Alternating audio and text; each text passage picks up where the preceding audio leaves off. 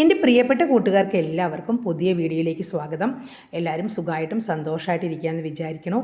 എൻ്റെ പൂച്ചക്കഥയുടെ 1-ാം ഭാഗം 2 കൈയും നീട്ടി സ്വീകരിച്ച എൻ്റെ പ്രിയപ്പെട്ട കൂട്ടുകാർക്ക് എല്ലാവർക്കും ഹൃദയം നിറഞ്ഞ സ്നേഹം അറിയിക്കുകയാണ് കേട്ടോ. എല്ലാവർക്കും ഇഷ്ടപ്പെട്ടു. കുറച്ചധികം പേരൊക്കെ കണ്ടു. ലോങ് വീഡിയോ അങ്ങനെ അധികമൊന്നും കയറി പോവാറില്ല കേട്ടോ. എങ്കിലും ഒരു 800 പേരിൽ കൂടുതൽ അത് കണ്ടിട്ടുണ്ട്. അതിൽ വളരെയധികം സന്തോഷം. ധാരാളം കമൻറ്റുകളൊക്കെ ഇട്ടിട്ടുണ്ടായിരുന്നു. ചിലർക്ക് സങ്കടമായി എന്ന് പറഞ്ഞു. എനിക്കും സങ്കടമുണ്ട്. ഈ നമ്മുടെ ജീവിതം എന്ന് പറയുന്നത് എപ്പോഴും ദുഃഖവും സന്തോഷവും എല്ലാം കൂടി കലർന്നതല്ലേ. മനുഷ്യർ തന്നെ നമ്മളെ വിട്ടു പോകുന്നില്ലേ. അതേപോലെ നമ്മളതെല്ലാം തരണം ചെയ്ത് മുന്നോട്ട് പോകണം. അല്ലാതെ നമുക്ക് എന്ത് ചെയ്യാൻ പറ്റും എന്ന് വെച്ച് ഇവരെ സ്നേഹിക്കാതിരിക്കാൻ പറ്റുമോ? പുതിയ പുതിയ ആൾക്കാർ വരുമ്പോൾ നമ്മൾ അവരെയൊക്കെ സ്നേഹിച്ചുകൊണ്ടേയിരിക്കും.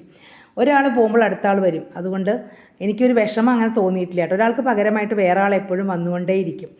നമ്മുടെ ചിണ്ടൻകുഞ്ഞിൻ്റെ അതേപോലെ തന്നെയായിരുന്നു കുഞ്ചു. കാണിച്ചപ്പോൾ നിങ്ങൾക്ക് മനസ്സിലായില്ലേ, മുതുകത്തുള്ള ആ ഒരു ഓറഞ്ച് കളർ മാത്രം നമ്മുടെ കുഞ്ചുവിനുണ്ടായിരുന്നില്ല. വാലും മുഖവും ഒക്കെ ഒരേപോലെ കേട്ടോ. അപ്പോൾ അവൻ വീണ്ടും എൻ്റെ അടുത്തേക്ക് വന്നതുപോലെയാണ് എനിക്ക് തോന്നിയത്. അങ്ങനെ ഓരോരുത്തർ പോകുമ്പോഴും ഓരോരുത്തരുടെ അടുത്തേക്ക് വന്നുകൊണ്ടേയിരുന്നു. നമ്മുടെ ക്യാമറയിൽ പെടാത്ത കുറേ ആൾക്കാരുണ്ട്, പെടുന്നവരുണ്ട്. അങ്ങനെ എണ്ണിയാൽ ഒടുങ്ങാത്ത പൂച്ചകൾ. നമ്മുടെ കുഞ്ചുവിൻ്റെ അമ്മയാണ് തലയിൽ ഇങ്ങനെ ഒരു ഓറഞ്ച് കളർ കാലിക്കോ കളറാണ് അവളുടെ പേര് മിയ എന്നാണ്. ഇവിടെ അടുത്തുള്ള കൃഷ്ണ എന്ന് പറഞ്ഞ കുട്ടിയുടെ പേരാണ് കേട്ടോ അത്. ഞങ്ങളിവിടെ താമസിക്കാൻ വരുമ്പോഴേ ഈ അമ്മപ്പൂച്ച ഇവിടെ ഉണ്ട്. അവളുടെ മക്കളാണ്. അവൾക്ക് എന്നും പ്രസവാട്ടോ. കുഞ്ഞുങ്ങളൊരു 4 മാസമൊക്കെ ആവുന്നതിന് മുമ്പ് തന്നെ അവൾ വീണ്ടും പ്രസവിക്കും. അതും ഓരോ പ്രസവത്തിൽ 4-5 കുഞ്ഞുങ്ങളുണ്ടാവും. നമ്മുടെ വീട്ടിലൊന്നും അല്ല പ്രസവിക്കുക, കാരണം നമ്മുടെ പൂച്ചയൊന്നും അല്ലല്ലോ. അവൾ പള്ളിയിലോ വേറെ ഏതെങ്കിലും വീട്ടിലോ ഒക്കെ പ്രസവിക്കും. കണ്ടോ, അവൾ കുഞ്ചു അവളുടെ അടുത്ത് തന്നെ കിടക്കണം കണ്ടോ. എപ്പോഴും വേറെ കുഞ്ഞുങ്ങളുണ്ടായാലും അതിന് മുമ്പുള്ള കുഞ്ഞുങ്ങളെ അവൾക്ക് എപ്പോഴും ഇഷ്ടമായിരിക്കും. കുഞ്ചുവാണെങ്കിൽ ഇത്രയും പാവം പൂച്ചയെ ഞാൻ കണ്ടിട്ടില്ല. കണ്ടം പൂച്ചകൾ എല്ലാവരെയും കടിക്കുന്ന എല്ലാവരും പറഞ്ഞ കേട്ടിട്ടില്ല. അതൊരു അപവാദമാണ് നമ്മുടെ കുഞ്ചു. ഒരു ആൺപൂച്ചകളെ അവൻ കടിപിടിക്കില്ല കേട്ടോ. അവനെ കടിച്ചാലേ ഉള്ളൂ. കണ്ടോ, നാരായണൻ്റെ ജീവനാണ് അവൻ. നാരായണൻ കിടക്കണ കണ്ടോ, അമ്മപ്പൂച്ചയുടെ അടുത്ത് കിടക്കണ പോലെയാണ്. തൊട്ടടുത്ത് കിടക്കണം നമ്മുടെ കറമ്പൻ കുഞ്ഞ്. ഈ അമ്മപ്പൂച്ച മക്കളെയും കൊണ്ട് നടക്കുമ്പോൾ ചിലപ്പോൾ 2-3 പേര് നഷ്ടപ്പെട്ടു പോകും. ഒരാൾ മാത്രം കൂടെ ഉണ്ടാവും. ഒരാളെ എങ്ങനെയെങ്കിലും രക്ഷപ്പെടുത്തി കൊണ്ടുപോകും. കടിച്ചോ എങ്ങനെയെങ്കിലും രക്ഷപ്പെടുത്തും. ബാക്കിയുള്ളവരൊക്കെ നഷ്ടപ്പെടും. അവരെങ്ങനെയാണ് പലയിടത്തും പോകുന്നതാണോ പട്ടികൾ ഉപദ്രവിക്കുന്നതാണോ ഒന്നും അറിയില്ല കേട്ടോ. എങ്കിലും അമ്മപ്പൂച്ച എപ്പോഴും പ്രസവിച്ചുകൊണ്ടേയിരിക്കും. ഈ പാണ്ടക്കുഞ്ഞിനെയൊക്കെ അങ്ങനെ ഞങ്ങൾ പാണ്ടക്കുഞ്ഞെന്ന് അവളെ വിളിക്കാറ്. അവളെയൊക്കെ പെട്ടെന്ന് അങ്ങനെ കാണാതായതാണ് കേട്ടോ. ആ ഒരു പ്രസവത്തിൽ ആ കർമ്മം കുഞ്ഞ് മാത്രമേ ഉണ്ടായുള്ളൂ. അതിന് മുമ്പുള്ളതാണ്, അതിന് ശേഷമുള്ളതാണ് നാരായണൻകുട്ടി. നമ്മുടെ നാരു, ഞാൻ നാരു എന്ന് വിളിക്കും.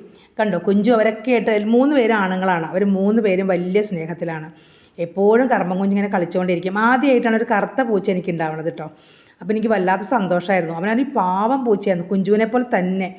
ഒരാളോടും തല്ലി പിടിക്കുക ഒന്നുമില്ല. നാരായണനെയൊക്കെ വലിയ ഇഷ്ടം. കണ്ടോ, നാരുവിൻ്റെ കൂടെ ഇങ്ങനെ കളിച്ചുകൊണ്ടേയിരിക്കും എപ്പോഴും. വലിയ ഇഷ്ടമാണ്. ഒരു വഴക്കും അവർ തമ്മിലില്ല.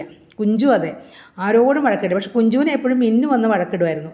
കുഞ്ചുവിനെ ഒരുപാട് ഉപദ്രവിച്ച് നീരൊക്കെ വന്നിട്ടുണ്ട് കടിച്ചിട്ട്. കുഞ്ചു കണ്ടോ നോക്കിയിരിക്കുകയാണ് അനിയന്മാർ കളിക്കണത്. അങ്ങനെ അമ്മപ്പൂച്ച പ്രസവം തുടർന്നുകൊണ്ടേയിരുന്നു. കുഞ്ചു മക്കളെ നോക്കിക്കൊണ്ടേ ഇരിക്കുക കേട്ടോ. അങ്ങനെ ആ കഥ അങ്ങനെ തുടർന്ന് പോകുന്ന സമയത്ത് ഒരു ദിവസം പെട്ടെന്ന് നമ്മുടെ കർമ്മ കുഞ്ഞിനെ കാണാതായി. ഒരു ദിവസം പോയിട്ട് അവൻ 2 ദിവസം കഴിഞ്ഞപ്പോൾ തിരിച്ചു വന്നു. അപ്പോൾ ഞാൻ സമാധാനിച്ചു, അവന് വഴിയൊക്കെ അറിയാലോ. പക്ഷെ പിന്നെ അവൻ പോയിട്ട് ഒരിക്കലും തിരിച്ചു വന്നില്ല കേട്ടോ. ചിലർക്ക് കറുത്ത പൂച്ചകളെ ഇഷ്ടമെന്ന് പറഞ്ഞു കേട്ടിട്ടുണ്ട്. ചിലപ്പോൾ അവരാരെങ്കിലും അവനെടുത്ത് വളർത്തിയതായിരിക്കും എന്ന് ഞാൻ വിചാരിക്കണം. ഈ പ്രദേശത്തൊന്നും അവനങ്ങനെ മരിച്ചു എന്നോ അങ്ങനെ കിടക്കുന്നോ ഒന്നും കണ്ടതായിട്ട് ആരും പറഞ്ഞില്ല കേട്ടോ. ഇവിടുത്തെ കുട്ടികൾക്കൊക്കെ അവരെ അറിയാം. അതുകൊണ്ട് എല്ലാവരും അന്വേഷിച്ചു, പക്ഷെ കണ്ടില്ല അവനെ. കുഞ്ചു കണ്ടോ, കറമ്പനും കുഞ്ചും കൂടി കിടക്കണ കണ്ടോ. എന്തോ ഒരു പാവമായിരുന്നു കുഞ്ചു. അവനാണ് എൻ്റെ ജീവിതത്തിൽ എനിക്ക് മറക്കാൻ പറ്റാത്ത പൂച്ച എന്ന് പറയും. പക്ഷെ അതിനുശേഷം വന്നവർ അതിലും സ്നേഹമുള്ളവരായിരുന്നു കേട്ടോ. അതാണ്. പക്ഷേ ഇവിടെ വന്നിട്ട് ആദ്യമായിട്ട് എന്നോട് ഇത്ര സ്നേഹം കാണിച്ചത് കുഞ്ചുവാണ്. ഇപ്പം പിന്നെ ചിണ്ടനും. അപ്പോൾ കുഞ്ചുവിനെയും ചിണ്ടനെയും കാണുമ്പോൾ എനിക്ക് എപ്പോഴും ഒരുപോലെ തോന്നും. കുഞ്ചു നഷ്ടപ്പെട്ടിട്ടില്ല, അവൻ എവിടെയുണ്ട് എന്ന് ഞാൻ എപ്പോഴും വിശ്വസിക്കും. ദൂരേക്ക് അവൻ പുഴയുടെ അപ്പുറത്തൊക്കെ കണ്ടിട്ടുണ്ടെന്ന് പറഞ്ഞിട്ടുണ്ട്. ഇനി അവിടെ എവിടെയെങ്കിലും അവൻ താമസിക്കുന്നുണ്ടാവും. അങ്ങനെ ആഗ്രഹിക്കാനാണ് എനിക്കിഷ്ടം. മിന്നുണ്ടെങ്കിൽ കുഞ്ചു ഉണ്ടാവുമല്ലോ, അങ്ങനെ ഞാൻ പ്രതീക്ഷിക്കും. കാരണം അത്രയും വയസ്സ് മിന്നുവിൻ്റെ അത്രയും വയസ്സില്ല ശരിക്കും കുഞ്ചുവിന്. ഞാൻ ഈ വീട്ടിൽ താമസിക്കാൻ വരുന്ന സമയത്ത് തന്നെ കുഞ്ചു ഒരുവിധം വലിയ പൂച്ചയായിരുന്നു കേട്ടോ. അതിനുശേഷം ശരിക്കും 2 വയസ്സൊക്കെ ആയപ്പോൾ മുതലാണ് അവൻ ദൂരേക്കൊക്കെ പോയി തുടങ്ങിയത്. എങ്കിലും അവൻ കൃത്യമായിട്ട് ഇവിടെ എത്തുമായിരുന്നു. പിന്നീട് ആ പുഴയുടെ അപ്പുറത്തേക്ക് പോയി തുടങ്ങി. സൈഡിൽ കൂടെ അങ്ങനെ പോകാൻ പറ്റും, ഫ്ലാറ്റിൻ്റെ അതേ കൂടി.